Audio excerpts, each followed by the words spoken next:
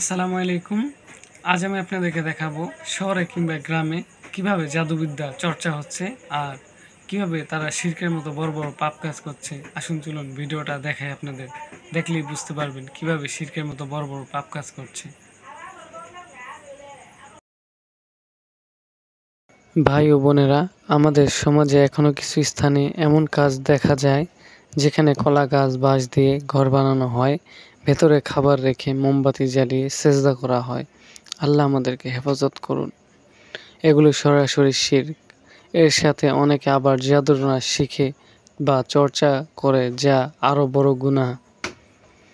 আল্লাহ কোরআনে বলেছেন, সূরা নিসা আয়াত নম্বর 48, আল্লাহ চাইলে যে কোনো গুনাহ ক্ষমা করতে পারেন, তার সাথে শরিক করা গুনাহ আল্লাহ কখনোই ক্ষমা করবেন না। মানে যদি কেউ আল্লাহ ছাড়া অন্য কিছুর সামনে সেজদা করে বা তাদের উদ্দেশ্যে ইবাদত করে, তাহলে সে শিরক করছে। আল্লাহ কোরআনে আরও বলেছেন, তারা এমন কিছু অনুসরণ করল যা শয়তানরা সুলাইমানের রাজত্বকালে পড়ত।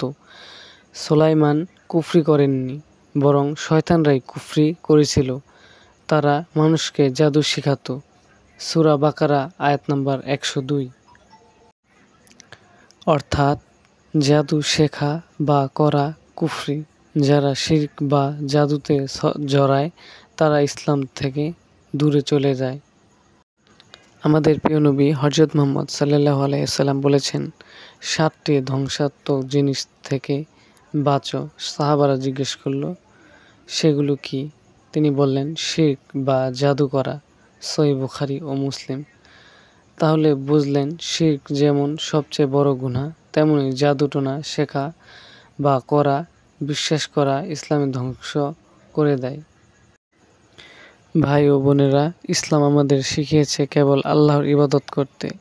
কলা গাছ, বাঁশের ঘর, মোমবাতি বা খাবার দিয়ে সেজদা করা বা সবকিছু শিরক। জাদুটোনা শেখা বা করা কুফরি। আসুন আমরা প্রতিজ্ঞা করি, কেবল আল্লাহর ইবাদত করব, কোরআন ও হাদিস অনুযায়ী জীবন চালাবো, সমাজের শিরক ও জাদুটোনা থেকে নিজেদেরকে দূরে রাখব। আল্লাহ আমাদের সবাইকে হিদায়াত দান করুন। আমিন, আমিন, আমিন। আসুন আমরা সবাই শিরকের মতো বড় বড় পাপ থেকে এমনকি জাদু থেকে বেঁচে থাকি। এই সম্পর্কে জানার জন্য আমাদের বন্ধুদের কাছে এই ভিডিওটি শেয়ার করি। যদি আপনারা ভিডিওটি ইউটিউব থেকে দেখে থাকেন তাহলে চ্যানেলটি সাবস্ক্রাইব করুন। যদি ফেসবুক থেকে দেখে থাকেন তাহলে ফলো দিয়ে রাখুন।